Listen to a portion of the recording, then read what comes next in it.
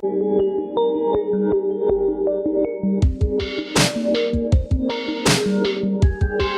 to the Damascus Road podcast. On the road to Damascus, Paul had a radical encounter with Jesus and his life was changed forever. That is what we hope and pray for here. Now, on to this week's episode. Parks and Rec is one of my favorite shows, in part because no other show understands half as well the importance of breakfast food to friendship. One of my closest friendships, someone who was in my wedding, was built upon breakfast food in Parks and Rec. This is my friend Jordan and I. And yes, we are wearing matching Ron Swanson t-shirts. For years, we would get breakfast together at least once a week, and then later we would hang out and watch TV shows. He had a great big comfy couch, a huge TV, coffee was always ready, and we would just hang out and we would watch Parks and Rec, or we would watch Agents of S.H.I.E.L.D. And then long after these shows were done, we'd still be hanging out and nerding out together about the latest Marvel or latest Star Wars news. But we didn't just nerd out together. We really shared our lives together. We'd encourage one another. We supported each other through some really challenging times. And we grew in faith together as Christian brothers. Once we started watching the last few seasons of Community together, 6 seasons and a movie, Jordan then also invited another friend to join us, our friend Shannon. Now, I suspected something may be up between Jordan and Shannon, and I was right, because now they're married with a baby. Woo! Then after we finished Community together, Jordan suggested that we watch Breaking Bad. But there was more to Jordan's plan than let's just watch this critically acclaimed and award-winning show about a chemistry teacher turned drug kingpin. You see, Jordan was the ultimate bro/wingman, and he wanted to invite our other friend, Megan, to join us. Jordan knew that I liked Megan, and that she was also interested in watching Breaking Bad. There were no reciprocated feelings, at least not yet. Because here's the deal. Jordan lived about 20 minutes away from us. So Megan and I carpooled together. And so we got to spend a lot of time just as we drove, just talking, getting to know each other better. She was taking some summer classes. So most of that was her complaining about physics, which I love. So it was kind of hard, but I listened. And then on top of that, we were also spending a lot of time hanging out with another couple, because at this point, Jordan and Shannon were officially dating, and we're all gathered together on this big, comfy couch. Before long, let's just say that meth wasn't the only thing that was cooking. Now, after months of watching Breaking Bad and sitting progressively closer to each other on the couch and kind of awkwardly flirting and decidedly not holding each other's hands as they just kind of sat, but they sat there kind of flopped next to each other like dead fish, just kind of awkwardly hoping that maybe they'd accidentally touch. We finally started dating. And then about a year later after that, we finished all 62 episodes of Breaking Bad. Here we are, marking the occasion with Jordan and Shannon. And then a few weeks after that, Megan and I were engaged. And then when our wedding day came, Jordan and Shannon stood with us as we got married. They're truly dear friends. That's a pun. Their names are the dears.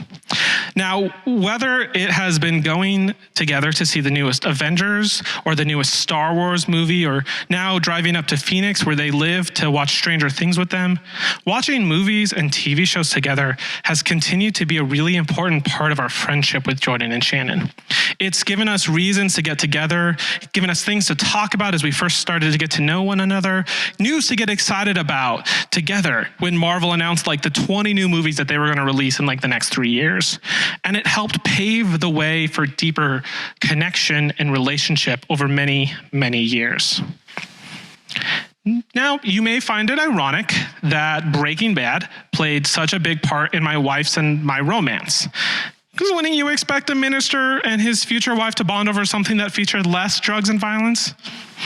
Maybe, but it paved the way for us to get into deeper conversations about these characters that were caught in self-destructive patterns long before they broke bad, or who had been trapped in a vicious cycle that they were desperate to get out of, or consider our own capability for self-deception.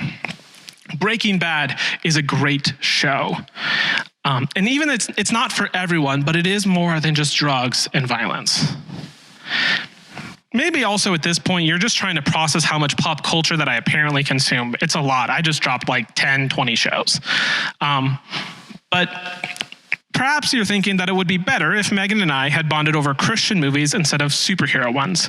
Maybe one of these Christian movies like God's Not Dead, or Fireproof, or Saving Christmas, or anything starring Kirk Cameron. Now, it's okay if you enjoy them. Honestly, though, I don't really have any interest in watching any of these movies.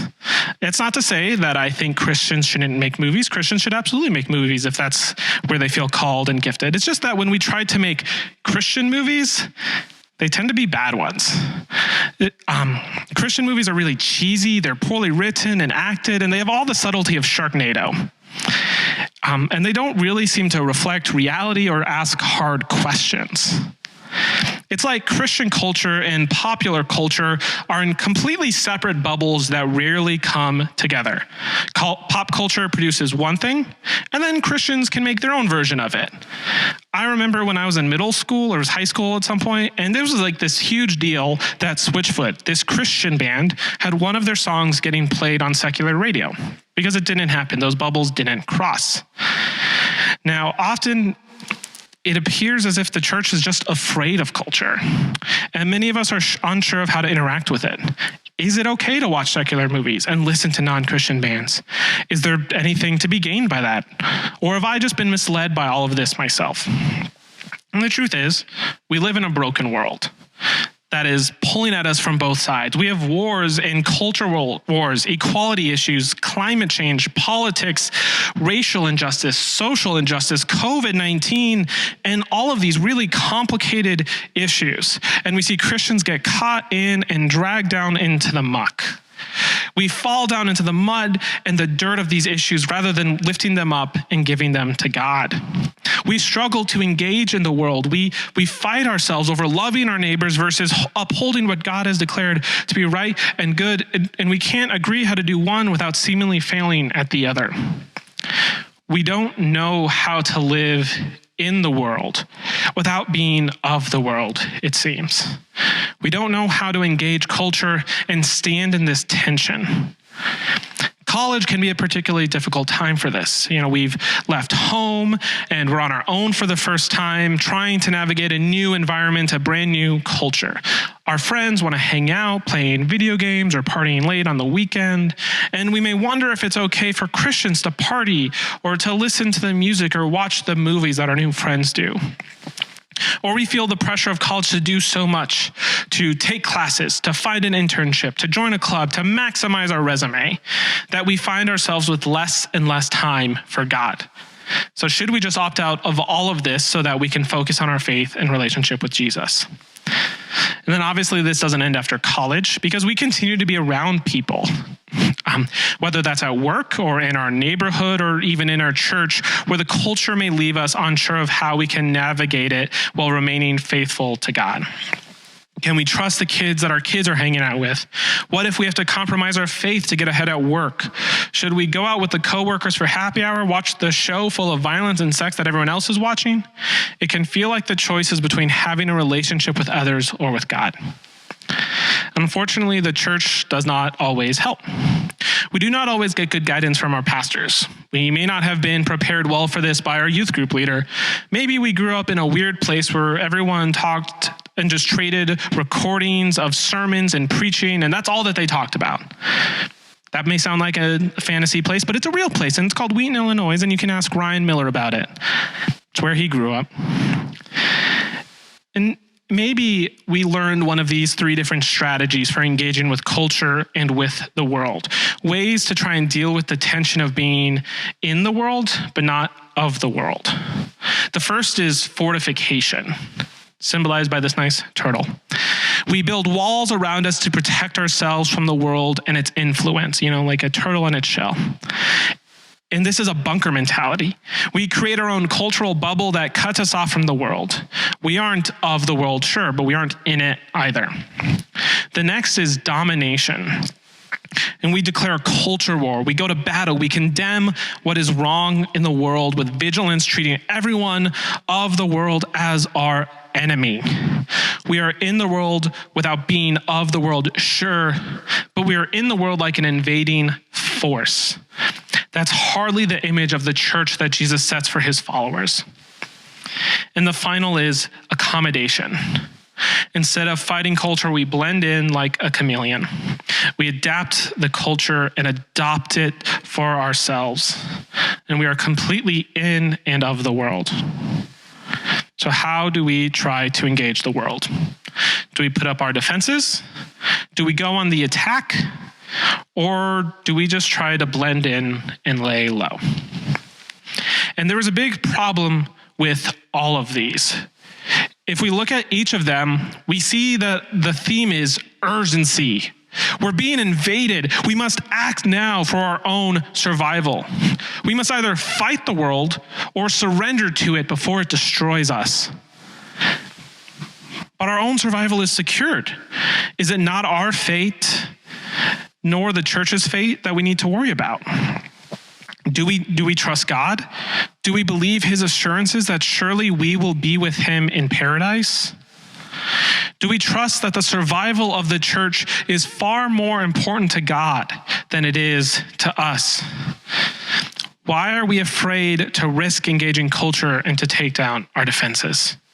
Why are we afraid to stand in our identity and root ourselves in the gospel? We cannot be afraid of standing in that tension. We must be willing to engage the world in a real way, to wrestle with the culture while remaining rooted in our identity in Christ above all. The question is how? Is there another option? As we continue our series, This Is Us, we want to explore the values of our church as we express them in our worship and in our community. Last week, Ryan looked at our value for unity and how we are united by the good news of God's grace and redemption more than we are divided by worldly issues.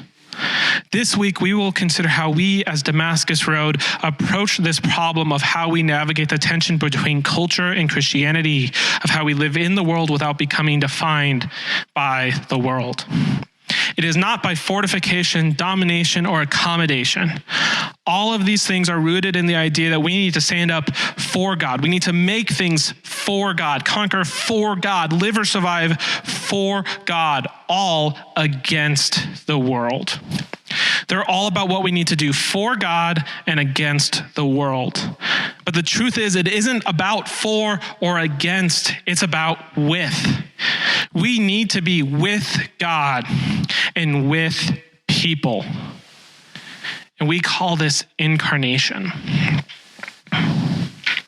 Now, we typically only speak of incarnation when referring to Jesus Christ, who as God was embodied, who entered into creation as human, where he lived, where he ate and drank, taught, and engaged with the culture and with the world around him. The incarnation is a fundamental belief of Christianity, that God entered into creation in human flesh. And John writes about it in his introduction to his gospel.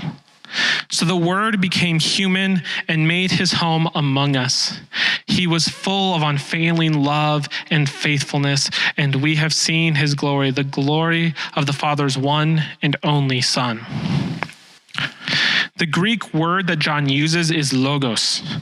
In Greek philosophy, the logos is an impersonal force. It's a lifeless and abstract philosophical concept that is a necessary idea for explaining the cause and order and purpose of the universe.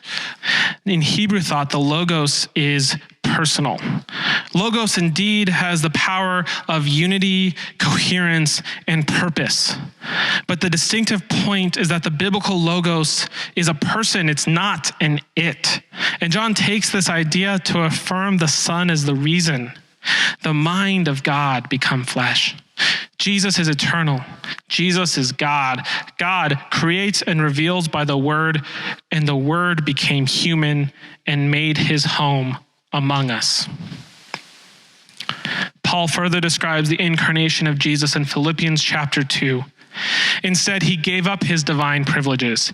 He took the humble position of a slave and was born as a human being. When he appeared in human form, he humbled himself in obedience to God and died a criminal's death on the cross. By becoming human, Jesus humbled himself to enter into the world. He gave up his divine privileges. That is, to be worshiped and to be respected, to be safe, and so much more than that. And instead, Jesus faced doubt and disbelief and risked danger in order to be among creation. The incarnation of Jesus Christ is a miraculous event. God became human. God entered into the world that God created. And Christ is born, filled with the Spirit, walking with the Father. C.S. Lewis calls this the grand miracle of Christianity. The Christian story is precisely the story of one grand miracle, the Christian assertion being that what is beyond all space and time, which is uncreated, eternal, came into nature, into human nature, descended into his own universe, and rose again, bringing nature up with him. It is the miracle of Christianity at the heart of all that we believe. It is how God brings creation back up after the fall in order to redeem and restore it. God can only save the world by entering into it. The purpose of God coming down is to bring creation back up, like a strong person building down to lift up a heavy box. Or in plants and nature, a seed must be buried deep in the soil in order to grow into a tall flower. Through incarnation, God demonstrates the nature of the mission. It is the miracle by which everything else is illuminated and by which everything can be understood. C.S. Lewis further writes that we believe that the sun is in the sky at midday in summer, not because we can clearly see the sun. In fact, we cannot, but because we can see everything else. Because God entered into our context, became human like us, we can know God and everything else revealed by God. Even though we cannot see God directly, we can know God through Christ. Christ entered into the world to lift up the lost, to provide hope, and to meet us where we were. This is the mission that Jesus passes on to his followers before he ascends into heaven. Jesus had died and rose again. Jesus had conquered death. What could stop him now? But instead, Jesus gives his followers a job to do of continuing the work in the world that he had started. And Jesus ascends. And before he does, he delivers the Great Commission, which we read in Matthew chapter 28. Therefore, go and make disciples of all nations, baptizing them in the name of the Father and the Son and the Holy Spirit. Teach these new disciples to obey all the commands that I have given you. And be sure of this, I am with you always, even to the end of the age. Jesus leaves, and he commands us to carry on his mission, commanding us to go to all the nations, promising to send his Spirit to fill his followers to be God's incarnated presence in the world. Like Jesus, we enter into the world. We engage with the culture, carrying the Spirit of God with us. We are incarnational rather than fortifying, dominating, or accommodating. Otherwise, how do we share the gospel with the world if we are not with the world, or if we do not share our lives with the world, or if we have nothing in common with the world? And Paul offers some guidance for how we live with the world. Writing in 1 Corinthians chapter 9, even though I'm a free man with no master, I have become a slave to all people to bring many to Christ. When I was with the Jews, I lived like a Jew to bring the Jews to Christ. When I was with those who follow the Jewish law, I too lived under that law. When I am with the Gentiles who do not follow the Jewish law, I too live apart from that law so that I can bring them to Christ. But I do not ignore the law of God. I obey the law of Christ. When I was with those who were weak, I share their weakness, for I want to bring the weak to Christ. Yes, I try to find some common ground with everyone, doing everything I can to save some. I do everything to spread the good news and share in its blessings. We lay down our preferences, our independence, our freedoms for the sake of others, just as Jesus did in his incarnation by becoming human and in his ultimate suffering and in his death. Jesus gave it all so that we could have the ultimate freedom from sin in Christ. And now we give up our freedom here in this world for the sake of others. The way we do this is we meet people where they are. And there are a few pieces to how we do this. First, we meet people where they are with culture. Jesus modeled this through his parables, utilizing what his audience would already be familiar with in his teachings. In Luke 15, Jesus uses shepherding to teach about God's pursuit of the lost. Matthew, Mark, and Luke all record Jesus teaching about faith using a farmer sowing seed in different soils to emphasize the need for a faith that is deeply rooted and practiced beyond a mere assent. In Luke 10, Jesus uses a dangerous yet familiar journey, the road from Jerusalem to Jericho, to teach his followers that they are to care for and love all as their neighbors. Shepherding, farming, and a dangerous road are all well known to his audience. So Jesus steps into the culture and engages with it. He meets people where they are, and he meets them where they are at, with culture. Paul also models this by his teaching in Athens. After walking through the city and seeing the local culture, Paul begins to preach on Jesus' resurrection and debate with Greek philosophers who find his message foreign and confusing to them. But he gains an audience with the leaders in the city who want to hear and try to understand his new ideas. The author of Acts even helpfully adds that all the Athenians, as well as the foreigners in Athens, seem to spend all their time discussing the latest ideas. So this was perfectly normal in their culture to listen to new ideas, even if they didn't understand them. Now, before the High Council of Athens, Paul delivers the gospel message in a new way, drawing from what he has learned of their culture. So Paul, standing before the council, addressed them as follows. Men of Athens, I notice that you are very religious in every way. For as I was walking along, I saw your many shrines, and one of your altars had this inscription on it, to an unknown God.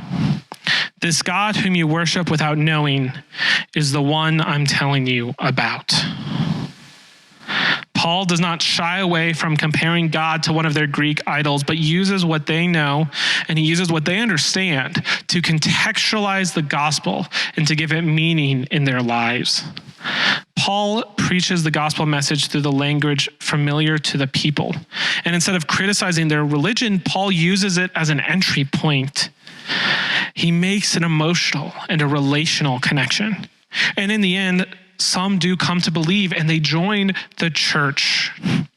Paul entered into the culture, understood it, became a part of it, and Paul added to it. Paul became incarnated in Athens. And we do this too, but our culture is different.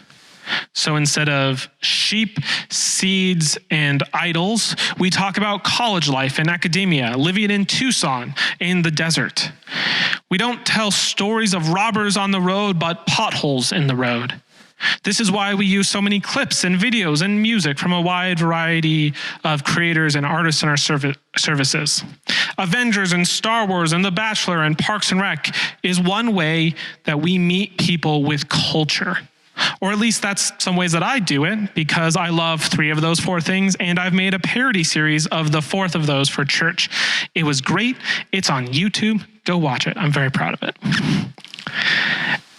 And there are 2 reasons for us to engage people with culture: to create connection and to find meaning with them. We can use culture to create connection by considering, well, what do people know? What is familiar? Since people knew farming and shepherding, Jesus used stories about losing sheep and growing crops to connect to his audience. Today, people know movies, TV shows, books, music, for starters. It's familiar to people. What do people enjoy? What do people get excited about? What do you enjoy? Others probably enjoy it too. Shared interests create easy connections, and they offer us entry points for building trust and relationships, from platonic friendships to romantic relationships. And it's just easier to talk about the movie you both love than the hardest struggles that they are facing with someone that you just met. But starting with culture can lead to some deeper things. The first conversation I had with Julie, someone who was part of our community for a few years, was about her Batman lanyard when she stopped by our water table on campus. So we talked about Batman. After coming around for a few weeks, she then started coming to her church, became a part of our community. We engage with culture in our worship services because we want to create connection points. We want to find things that are familiar for someone who finds the rest of a common worship service to be unfamiliar. We try to make people feel comfortable by removing every barrier that we can and sacrifice our preferences as we are willing to change everything but the unchanging gospel itself. To do what we can to help people find their ways to a true and life-changing relationship with Jesus. The next piece of engaging with culture is to find meaning. Consider the things we enjoy and ask, why are we drawn to those things? What about them? What is it about them that resonates with us? What emotions do they produce? Paul pointed to the shrine of an unknown God in Athens and considered its meaning and thoughtfully used this piece of their culture to point them towards God. Jordan and I could nerd out about all of the Marvel movies because it was all these separate stories building a great big story together. Everything is called to something greater, something more, and it's resonated with this sense within us that we're all part of a bigger story. Because stories can touch upon something deeper within us, the fingerprints of God on our souls and throughout God's creation. As the wise teacher of Ecclesiastes writes, he has planted eternity in the human heart. Well, the author adds that we cannot see the whole scope of time and history. We cannot quite see God's work from beginning to end. This truth of eternity is imprinted on our souls. We can sense that. And when these bigger stories touch us there, they can call upon our connection to eternity. So these stories created by humans are actually able to point us back to our Creator. And these bigger stories, they're called myth, which I know we associate with the old Greek gods or urban legends and old wives' tales. Myth, we think, is what is not true. But myth is precisely what is true in the stories that we tell. Myth is the story we tell ourselves about ourselves to ourselves in search of meaning. Culture is full of myth, of grand, meaning-filled stories that touch on something greater. I took a class on C.S. Lewis, author of the Chronicles of Narnia, this fall, and one thing that leapt out to me was his relationship with J.R.R. Tolkien, author of The Lord of the Rings. I mean, it is fascinating. Lewis and Tolkien are two of the greatest storytellers and myth makers of the 20th century, but Lewis would not have become a Christian if not for Tolkien and for myth. They both loved old mythology. They loved telling stories. But Lewis thought that all of this was irrelevant because it wasn't true. And to Lewis, Christianity was just another untrue myth. But Tolkien taught him that Christianity was relevant precisely because it was the one myth that was entirely true. It was the story of ultimate meaning that connects creation to its creator. So what is true in the stories you love? What is it that's touching? What is it touching in you that draws you closer to God? That's drawing you closer to creation and to other people? Is it the themes of grace and redemption through love that made me cry while watching Les Mis? Is it the value for community and for friendship that drew me to Parks and Rec? The myths that we tell and resonate with each of us teach us about ourselves, about others, and about our culture. Learn the myths that our culture tells. That is, the stories that we tell about ourselves to ourselves in the search of meaning. A way you can dig into a piece of culture for meaning is to consider, does it say something about God or the world or humanity that otherwise we would not be able to say, see, or understand? Stories can convey a deeper meaning that we cannot put into words, that resonates with us and is bigger than any one of its parts.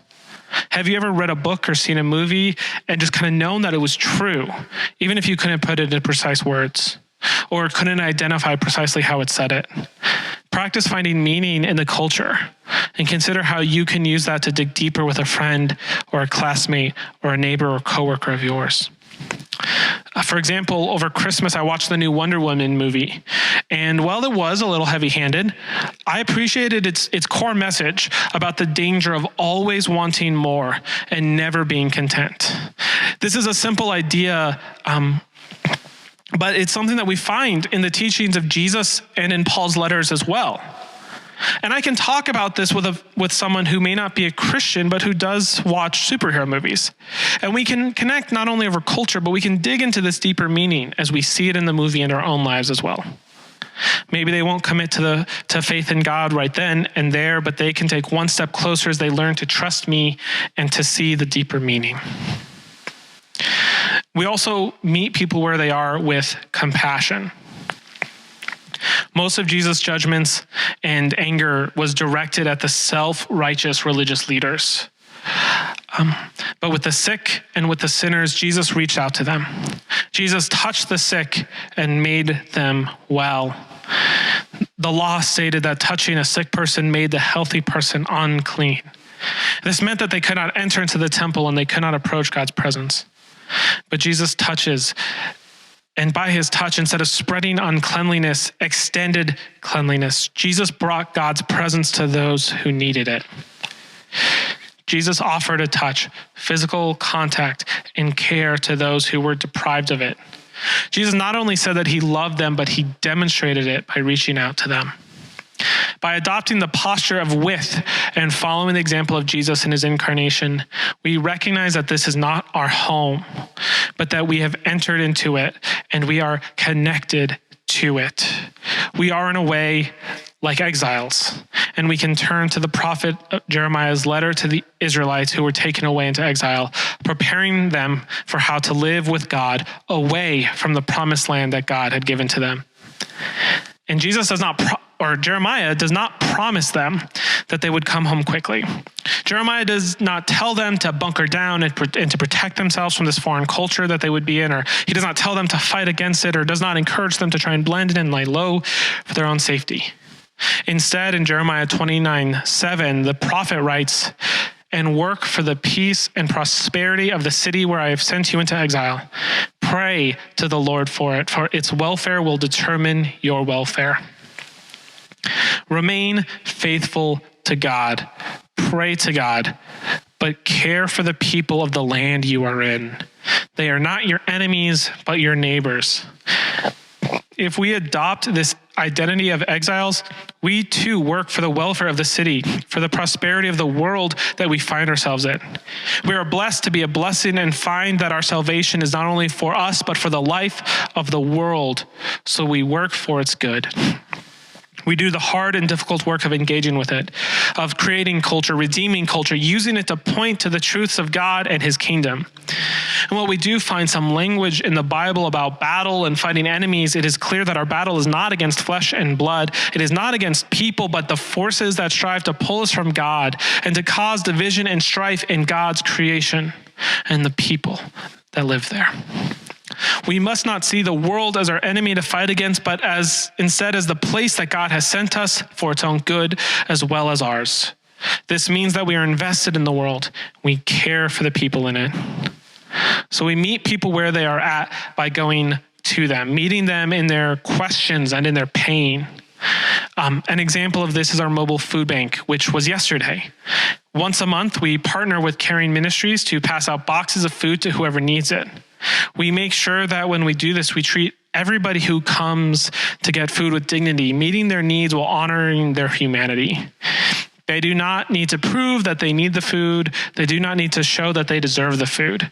We don't tell them what to do with the food. We just let them decide for themselves with no presumption that they need us to come down to their level. And when we are not in the midst of a pandemic and are allowed to set up a table and tent on campus, we also do the water table, where we try to meet the basic human need of water in the desert. We meet college students, professors, university workers, visiting families, and random passerbys where they are at with a cold cup of water. In the food bank and the water table, they have taught me the value of simple service as we meet people's basic needs with no extra fluff or pomp. People lower their defenses when they realize that we're not trying to sell something. There's no catch. What could the catch be to free water? It's a terrible deal, at least for us. And doing this fosters trust, it fosters appreciation, and can cultivate relationships. Simple service asks very little of people, and it allows us to meet people where they are at with compassion. And finally, we meet people where they are at with hope. Jesus offered restoration into community and relationship now, not only life after death. When we carry out Jesus' mission in the world, we invite people into something, into community, into the kingdom, into life with God now. And this invitation into hope is the type of thing that when we experience it is captivating. It takes over and then it turns outward. In his gospel, Matthew records his own first encounter with Jesus in Matthew 9. As Jesus was walking along, he saw a man named Matthew sitting at his tax collector's booth. "Follow me and be my disciple," Jesus said to him. So Matthew got up and he followed him. Later, Matthew invited Jesus and his disciples to his home as dinner guests, along with many tax collectors and other disreputable sinners. When Jesus invited Matthew into his fellowship, Matthew immediately turned around and invited as many others as he could to come and meet Jesus. Jesus met him with hope, and he had to share it. Later, Matthew records how Jesus compares this invitation repeatedly to an invitation to a wedding feast.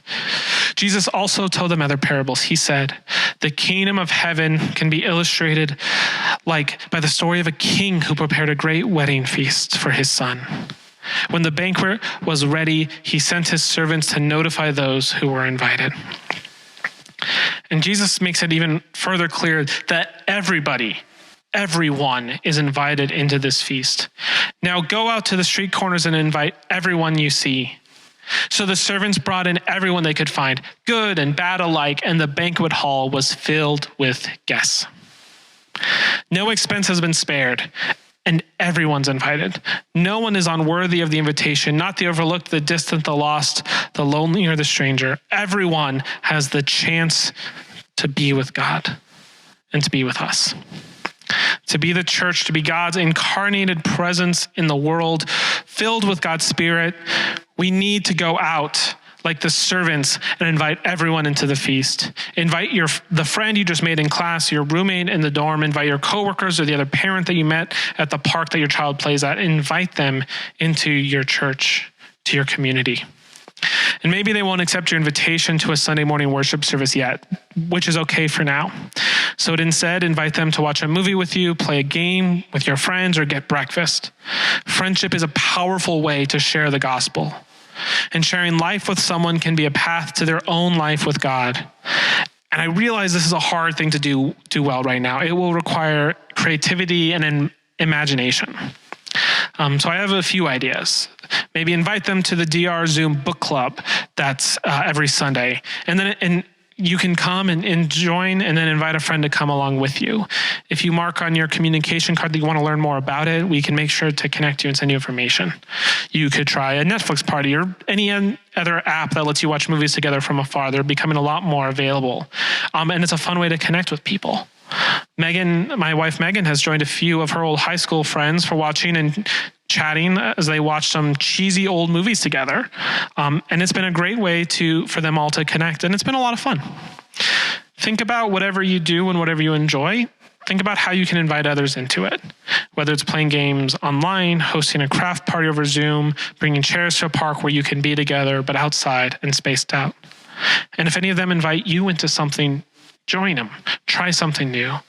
Step out of your comfort zone and let them share what they're excited about with you and connect to them. And as you consider how you can invite people to join you in whatever it is that you enjoy doing, or accept invitations from others to do the same, consider the deeper meaning of the pieces of culture that you enjoy. Learn to identify, discuss the deeper meaning of the stories that speak to our soul and touch eternity in our hearts as it is written on our hearts. Doing this prepares us to dive deeper when we connect with others, to go beyond the surface level with shared interests into the more complicated conversations where we can start to uncover God's markings together and meet them with hope. So invite people to Sunday, yes, but also invite them to share life with you and seek meaning with you, because you aren't just inviting them into Damascus Road. We aren't just inviting them into the church. We're inviting them into the kingdom. We're inviting them to the feast. And the feast, the kingdom of the kingdom. The kingdom is not marked by fortification or domination or accommodation. It is marked by incarnation. As God entered into creation and walked with us, we engage with culture. As Jesus taught in the language of the people, reached out and touched them and invited them to feast with him, we too meet people where they are, with culture, with compassion, and with hope. But before I wrap up, I also have some words of caution, because incarnation makes us vulnerable.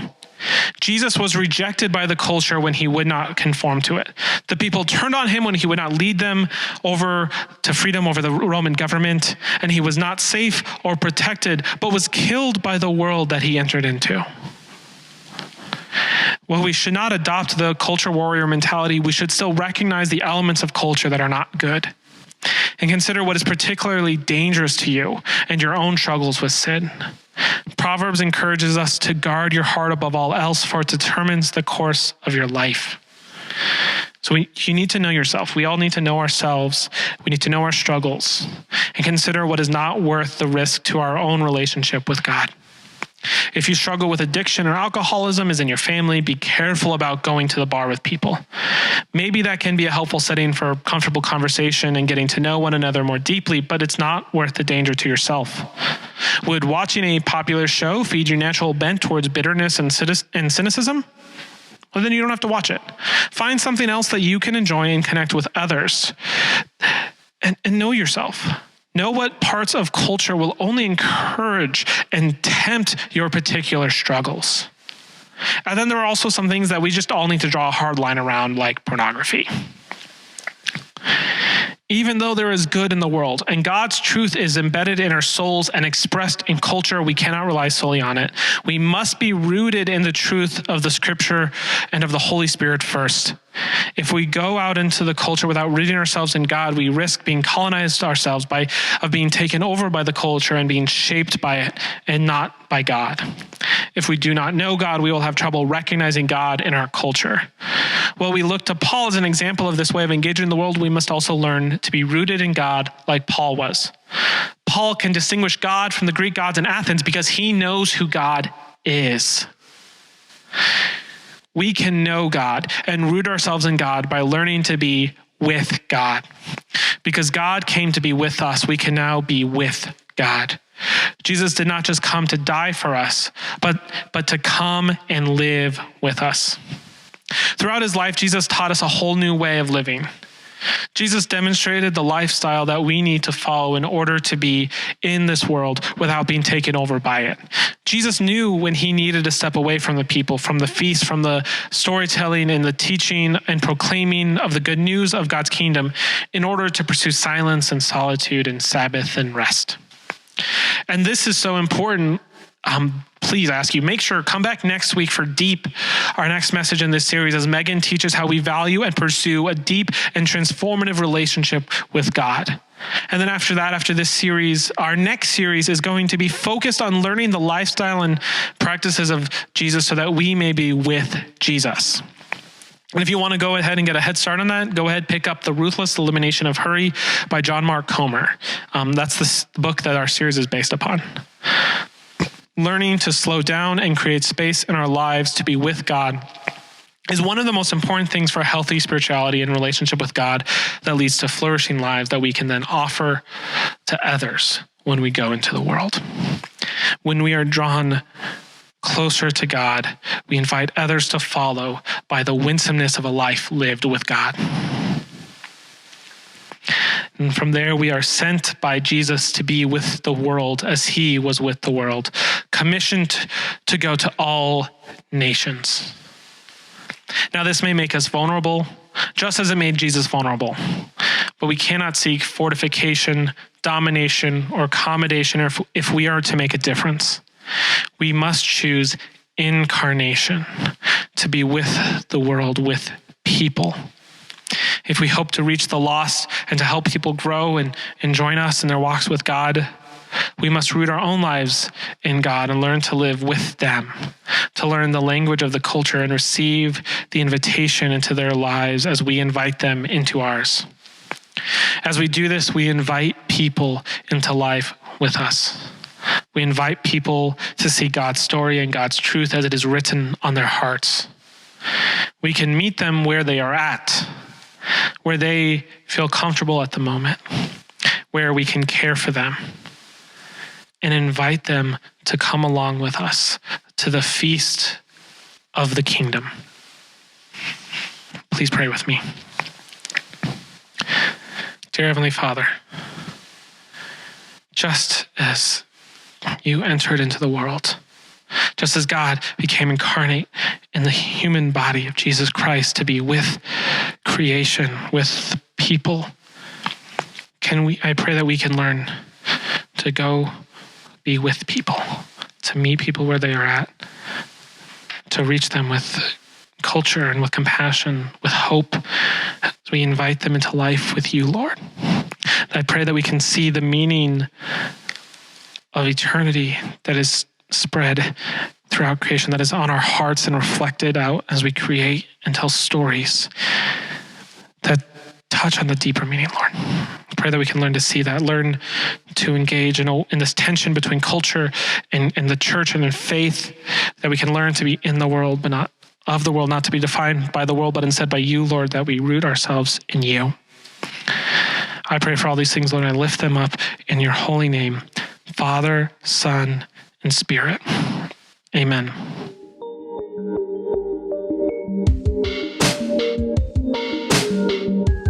Thank you for joining the Damascus Road podcast.